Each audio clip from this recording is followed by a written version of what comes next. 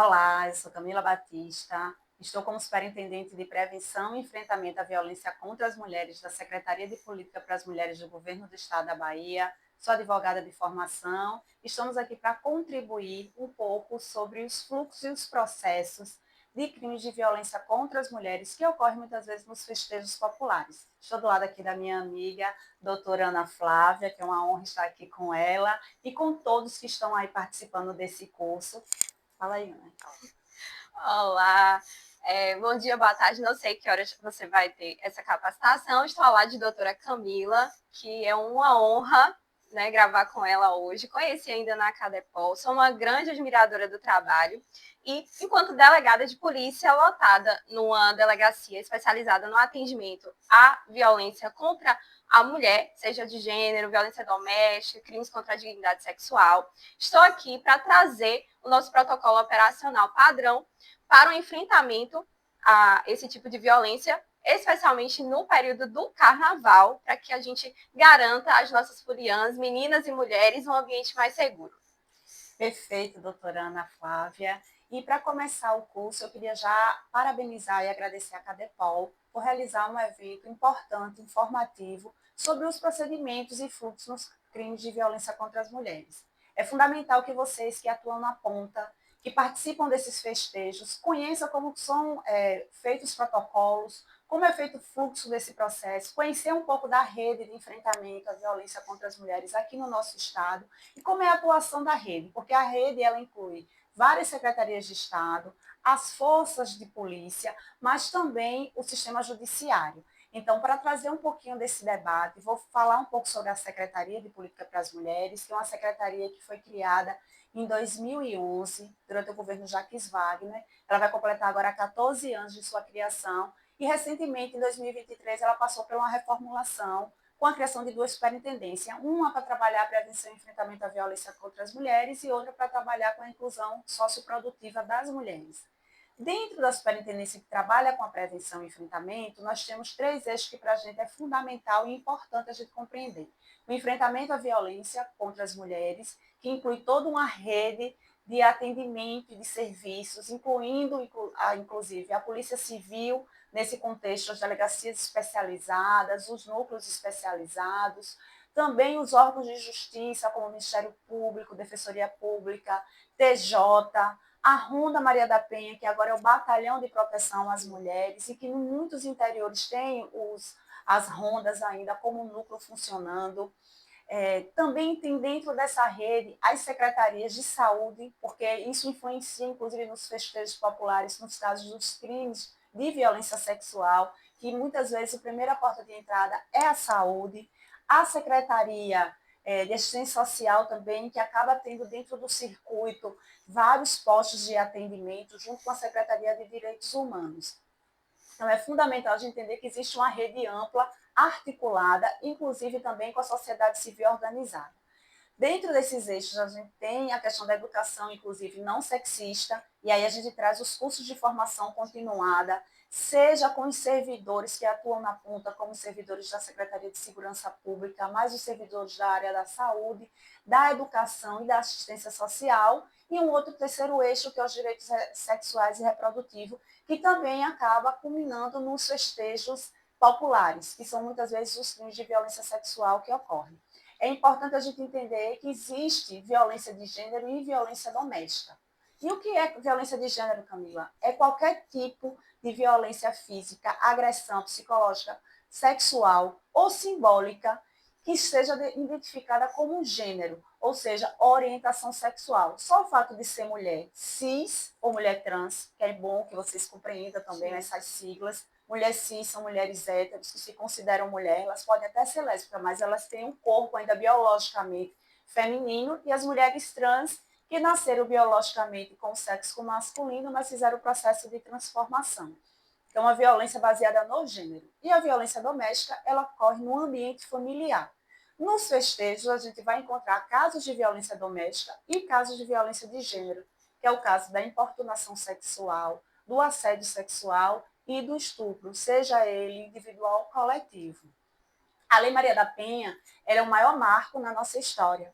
A partir da Lei Maria da Penha, A gente tem um arcabouço de legislação posterior a esse processo, como a criação da Lei da Importunação Sexual em 2018, a criação da Lei do Feminicídio em 2015, que passou por uma alteração recentemente em 2024, a Lei de Violência Política de Gênero, ou seja, são legislações que surgiram a partir da Lei Maria da Penha.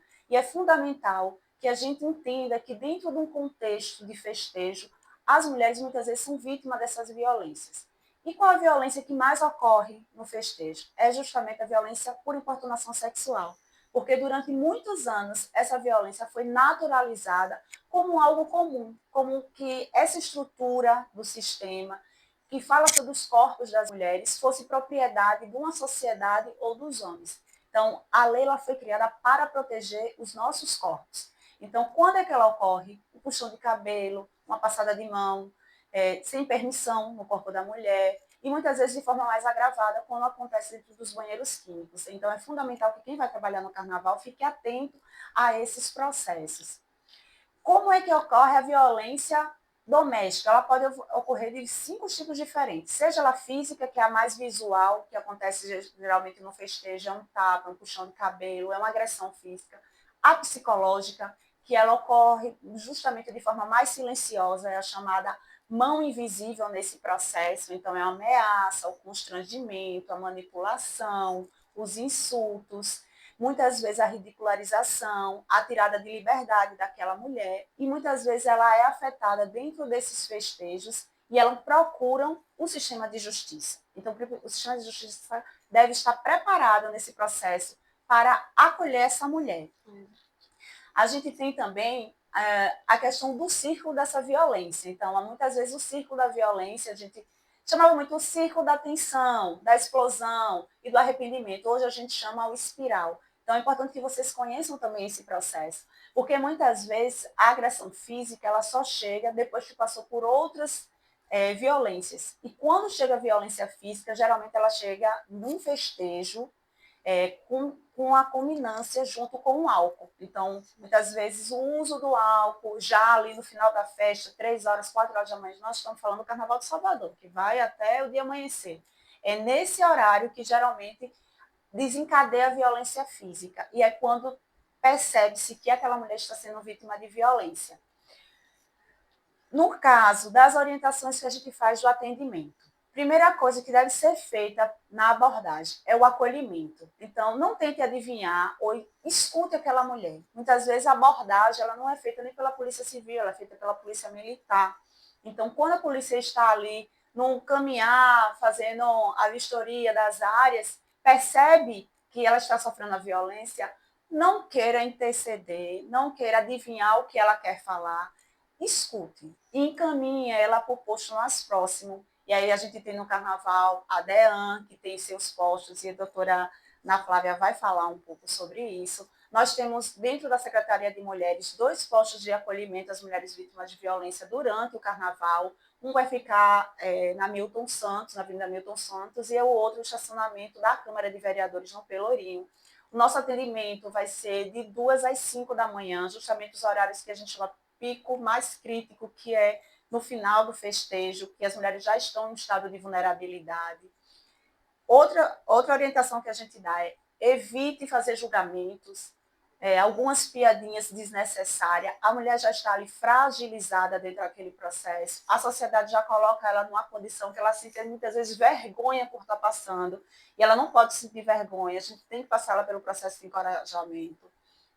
Converse com a vítima distante do agressor, para que a mulher para que ela possa se explicar sem constrangimento da situação. Acontece muito isso dentro das festas privadas, que são os camarotes. Então, muitas vezes ela não tem com quem retornar e ela acaba ficando constrangida de ter que contar e relatar a situação. Então, procure, se quiser entender, num lugar mais distante possível. Não faça mediação no local. Encaminhe para as portas de entrada da rede. O que é fazer mediação no local? Não tente ser um conciliador. Mulher foi vítima de violência, ela precisa ser encaminhada para a rede o mais próximo possível. Então, não seja mediação, porque aquela mulher que foi vítima de uma violência doméstica ou uma importunação sexual no circuito, e principalmente a doméstica, e há uma mediação, ela retorna para o seu lar e ela pode ser uma possível vítima de feminicídio, por conta de toda a circunstância que ela passou dentro do festejo. Então, é fundamental que todos e todas e todos que estiverem trabalhando no carnaval tenham essa compreensão e não revitimizar a vítima. A escuta é única, a gente chama sistema UNA, ou seja, a escuta ali é só entender o que aconteceu, não precisa revitimizar, ela não precisa contar tudo o que aconteceu para quem está fazendo a abordagem, ela precisa ser encaminhada para um ADEAN ou para uma área de acolhimento mais próxima e ela só vai ser ouvida uma única vez, para ela não precisar passar por esse constrangimento. Bom, essas são as orientações da Secretaria de Política para as Mulheres e dizer que a gente se coloca à disposição nesse processo, agradecer a CADEPOL pelo espaço e parabenizar pela iniciativa. Acho que iniciativa como essas é uma secretaria transversal à SPM e é fundamental que a gente mantenha as relações unificadas, com informações unificadas e com protocolos unificados. Então, é com você agora, nossa companheira e nossa delegada. Obrigada, doutora Camila. Então, já iniciar agradecendo a participação em nome de toda a Polícia Civil, já que é o meu papel de representá-la aqui. É muito importante esse atendimento, principalmente o que eu vivencio ali dentro da Casa da Mulher Brasileira, que é a minha lotação. Essa atuação em rede, né, que a gente chama, essa atuação também intersetorial com as secretarias, principalmente no sentido de proporcionar à mulher a evasão daquela situação de percorrer uma via crucis, né? Sempre que ela procurar um serviço estatal, especialmente o da Polícia Civil, a delegacia, dela ser revitimizada nesse processo institucional. Então, graças a vocês, felizmente, o olhar sempre atento da SPM, a gente consegue desenvolver um trabalho onde a gente consegue minimizar ali um pouco da dor sofrimento que aquela mulher está passando, que muitas vezes pode ser potencializado pelo nosso atendimento, como foi colocado na fala de doutora Camila. Então, inicialmente, com todos os empréstimos dessa introdução maravilhosa que ela trouxe e do fluxograma da SPM, dizer que nós vamos atender dentro desse espectro de mulheres cis e trans, como já foi explicado. Então, assim, inicialmente, qual o objetivo do nosso POP? Evoluir nesse sentido, né, enquanto Polícia Civil, enquanto atuação de ponta, né, desse atendimento, para que a gente reforce dentro desse contexto, especialmente o carnavalesco, mas isso vai servir para outros atendimentos, né, especialmente nos postos ou nos encaminhamentos da delegacia, um trabalho mais eficiente para que determinadas abordagens, mesmo que sejam utilizadas, elas sejam rapidamente corrigidas e a gente consiga exercer com efetividade a atuação policial. Então, o objetivo do nosso protocolo operacional é primordialmente estabelecer essas diretrizes de atendimento, né? Seja desde o registro da ocorrência, desde se ocorrer de não ser a polícia militar na primeira abordagem, e seja de algum encaminhamento que a gente precise emergencial, porque, não obstante, a gente também recebe vítimas diretamente dos serviços públicos de saúde, né? Algumas vezes é preciso que a equipe se desloque e atenda uma vítima de um crime contra a dignidade sexual ou de um crime de vitimização da própria vida ali, uma tentativa de feminicídio, né? Os feminicídios ficam ali a cargo do DHPP, mas por várias outras circunstâncias, às vezes, a DEAN se desloca também para verificar em loco aquela situação ali de violência doméstica, e a gente vai falar sobre isso, sobre esse contexto onde está inserida especialmente a violência doméstica, né? Porque não existe um manual de atendimento. O que a gente tem são as orientações de um modo geral, porque quando você encontra a vítima de violência doméstica, quando a doutora Camila coloca aí que a gente falava em ciclo, depois começa a falar em espiral, é porque a gente percebe que ali na segunda fase, como ela explicou, que geralmente é a fase onde a vítima deveria denunciar, e aí a gente rememora um pouquinho da parte do estudo do concurso das cifras negras, nessa parte é que a gente também tem, quando a vítima deixa de denunciar a primeira violência sofrida, um afunilamento, porque as agressões e esse ciclo, ele vai avançando e os intervalos ficam sempre cada vez menores. Então, antes de tudo, vocês têm que ter a percepção de que vocês vão receber uma pessoa que precisou de muito encorajamento, né? E principalmente de um rompimento drástico ali na sua rotina, em tudo que ela tem como considerado de relevante, né, dos fatores sociais, né, a família e os valores, toda aquela carga de julgamento pretérita, né, e o que ela precisa proteger, especialmente as vítimas que a gente recebe que têm filhos. Então, para ela, né, você encontrar o policial civil, você que vai atendê-la, ela está ali precisando muito de ajuda. E o que a gente evita são os julgamentos, é justamente trazer para essa mulher tudo aquilo que fez com que ela não promovesse a queixa anteriormente. Então, a gente vai tentar minimizar os impactos, porque a gente sabe que, infelizmente, a gente não consegue vencer isso. E num atendimento prematuro inicial é que a gente não consegue vencer mesmo, a gente ainda vai conhecer a vítima e vai, a partir dali, desenvolver uma investigação livre de pré-julgamentos. Quando a doutora Camila menciona também as questões de como tratar essa vítima, como conversar com ela, evitar conversar próximo ao agressor. Aí já temos um ponto. Se você estiver num posto de atendimento, você vai precisar da equipe para separar essas pessoas, esses envolvidos, ali no primeiro momento, para que ela se sinta segura e encaminhar ela, que ela vai ser a primeira a ser ouvida em declarações, para um local onde ela tenha preferencialmente um atendimento feminino e ela tenha todas as orientações do processo inicial e os encaminhamentos que ela vai receber. Então, a gente trabalha tendo como fundamentação legal e pano de fundo a Lei Maria da Penha, a Lei do Feminicídio, com recrudescimento das penas, né? A gente teve feminicídio agora como um crime autônomo, então o legislador mostrou de uma vez por todas, ou tentou mostrar, porque a gente sabe que ainda vai conseguir evoluir ainda mais, assim espero, nessa temática, a importância de você dar um tratamento diversificado para crimes que têm como pano de fundo a violência de gênero, porque nós estamos fazendo correções históricas e culturais. Então é preciso falar disso aqui todos os dias, vocês vão ser chamados para a CADEPOL inúmeras vezes, porque enquanto a gente não corrige essas falhas iniciais, outras formas de violência vão sendo desenvolvidas. Tanto é que o crime de violência psicológica, ele também tem uma legislação muito recente e a violência psicológica já estava na Lei Maria da Penha anteriormente, só não era vista como um crime, era um tipo de violência, mas o agressor não era punido.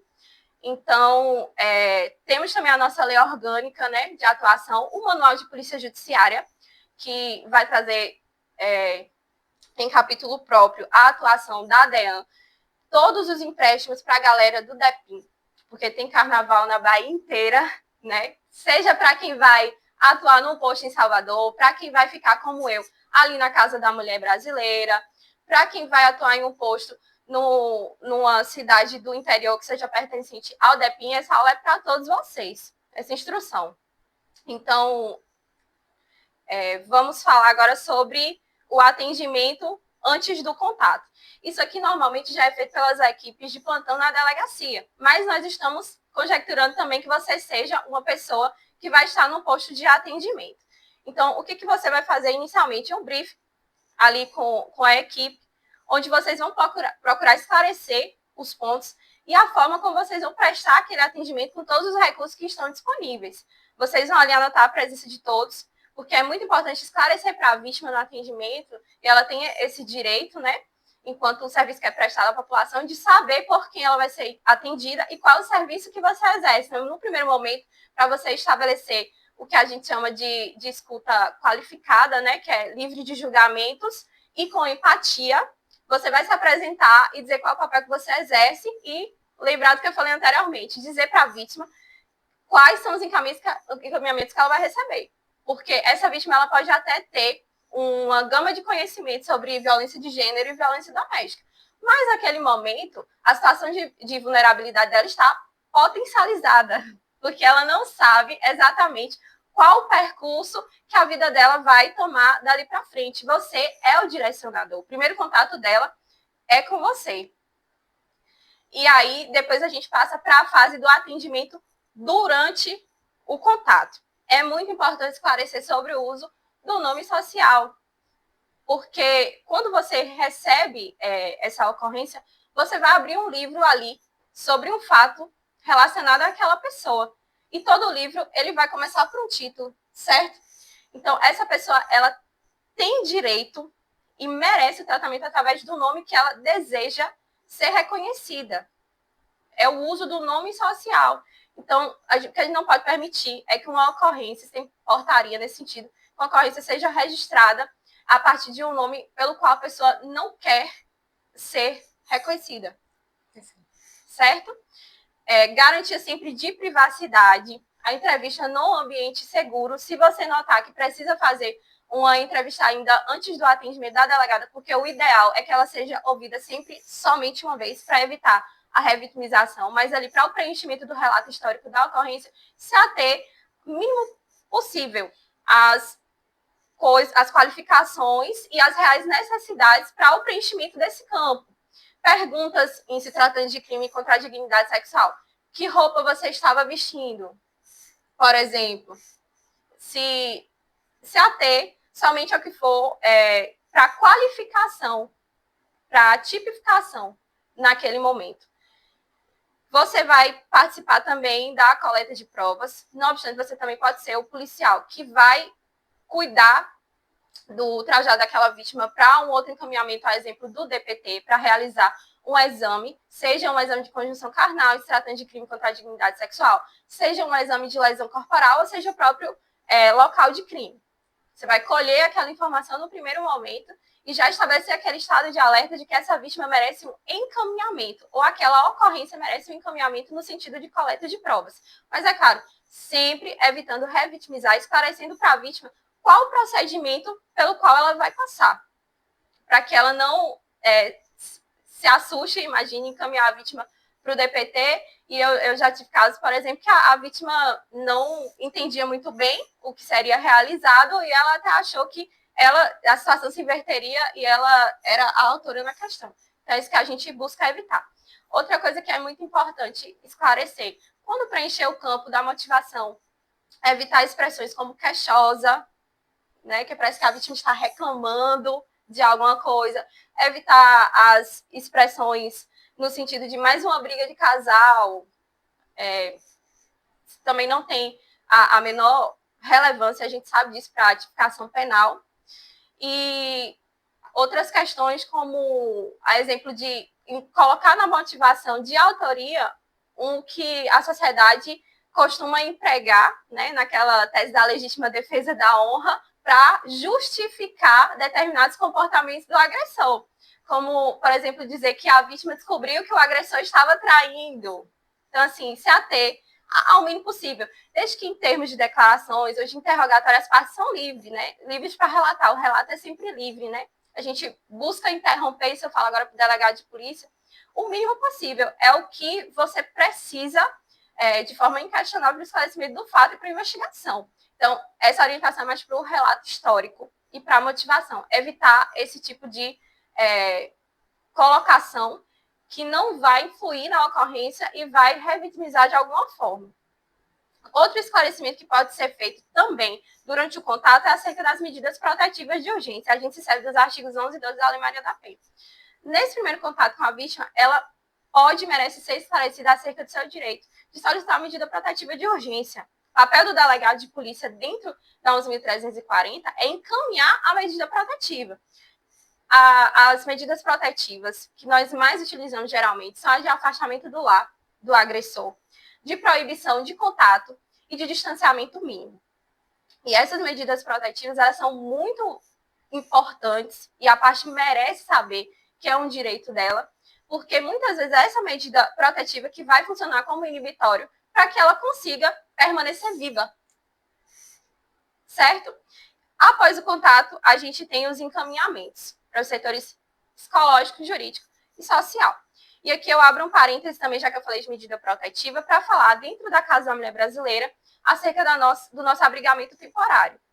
Preferencialmente até 48 horas, que é o prazo que a gente tem para que seja concedida a medida protetiva de urgência. Então, você pode esclarecer para a parte que, caso ela deseje, é muito importante, naquele momento onde você identifica que há um potencial feminicídio, caso ela retorne para aquele ambiente, que o ambiente para onde ela vai não é seguro, você funcionar como aferidor dessa dinâmica dessa violência, para informar a parte que ela pode e vai encontrar abrigo na casa da mulher brasileira até que a medida protetiva dela de urgência seja concedida. E aí os outros trâmites, né, informar que o agressor vai ser intimado e a partir de então ele pode ser penalizado pelo artigo 24A da Lei Maria da Penha, caso ele descumpra a medida protetiva de urgência e seja preso em flagrante ou preventivamente. Então, depois desse contato e todos esses encaminhamentos, a gente encerra esse atendimento, a gente tem que fechar com o feedback, sempre no objetivo de melhorias, porque o carnaval vai durar alguns dias, certo? As ações corretivas. Caso você adote a postura inadequada no início, você pode retomar a comunicação com essa entrevistada e tratar ela de forma empática, lembrando da escuta sempre qualificada, com empatia e livre de julgamentos. A falta de privacidade também imediatamente tem que ser corrigida. No âmbito da Casa da Mulher Brasileira, a gente sempre separa os agressores das vítimas, a gente nunca permite que eles fiquem no mesmo espaço.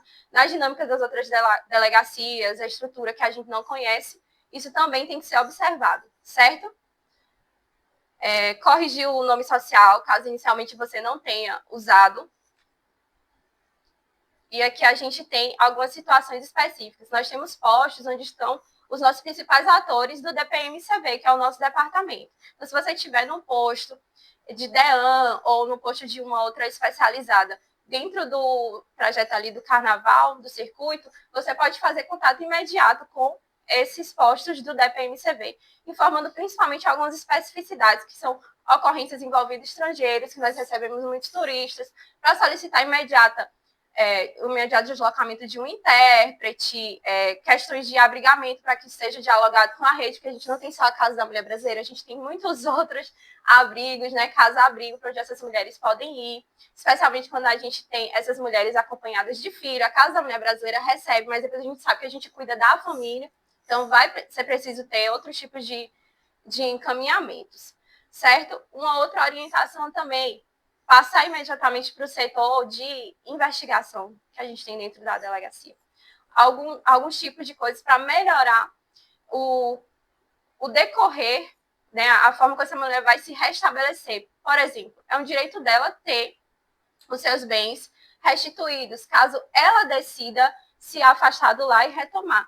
Então, a Lei Maria da Penha traz isso como uma obrigação da Polícia Civil. A gente atrai essa obrigação para a gente. Isso precisa ser visto com inteligência. De que forma que vai ser permitido a essa mulher que ela consiga ter os seus bens de volta. Inclusive, também é uma das medidas que pode ser solicitadas, certo? Proibição de divulgação de foto íntima, ter sempre esse cuidado de perguntar se o autor possui arma de fogo, se essa arma de fogo foi utilizada em meio àquela violência. E você tem que estar a todo momento lembrando que você está lidando com uma parte extremamente vulnerável. Então, algumas vezes, você vai precisar fazer esse tipo de interpelação para que ela lhe comunique algumas coisas que ela não vai ter naquele primeiro momento de forma espontânea, para te relatar. Então, você vai criar um ambiente seguro para a vítima. Lembrar que aqui dentro de Salvador nós temos a DEAN de Brotas e nós temos a DEAN de Periperi, que são unidades com seus campos de atuação próprios, divididos pelos bairros de Salvador. Então, uma ocorrência no circuito que você precisa encaminhar para que depois essas delegacias dêem um pronto atendimento. Lembrar também que as ocorrências muitas vezes envolvem mulheres, mas o pano de fundo nem sempre é o gênero, mas a gente vai tratar acerca dessas mulheres, é a portaria da Delegada Geral que a gente registra essas ocorrências e dê também o encaminhamento para as delegacias territoriais. Tá certo? Então, assim, a gente fala ainda de rede de apoio, né, com a participação da SPM. Conto com vocês nesse carnaval de forma atualizada agora após esse curso. Deixo sempre os meus canais de atendimento abertos. Ficarei ali pela Casa da Mulher Brasileira para toda e qualquer dúvida. E eu espero que as meninas e mulheres nesse carnaval tenham uma folia garantida de forma segura e especial e com muito acolhimento por parte da Polícia Civil, que será atuante.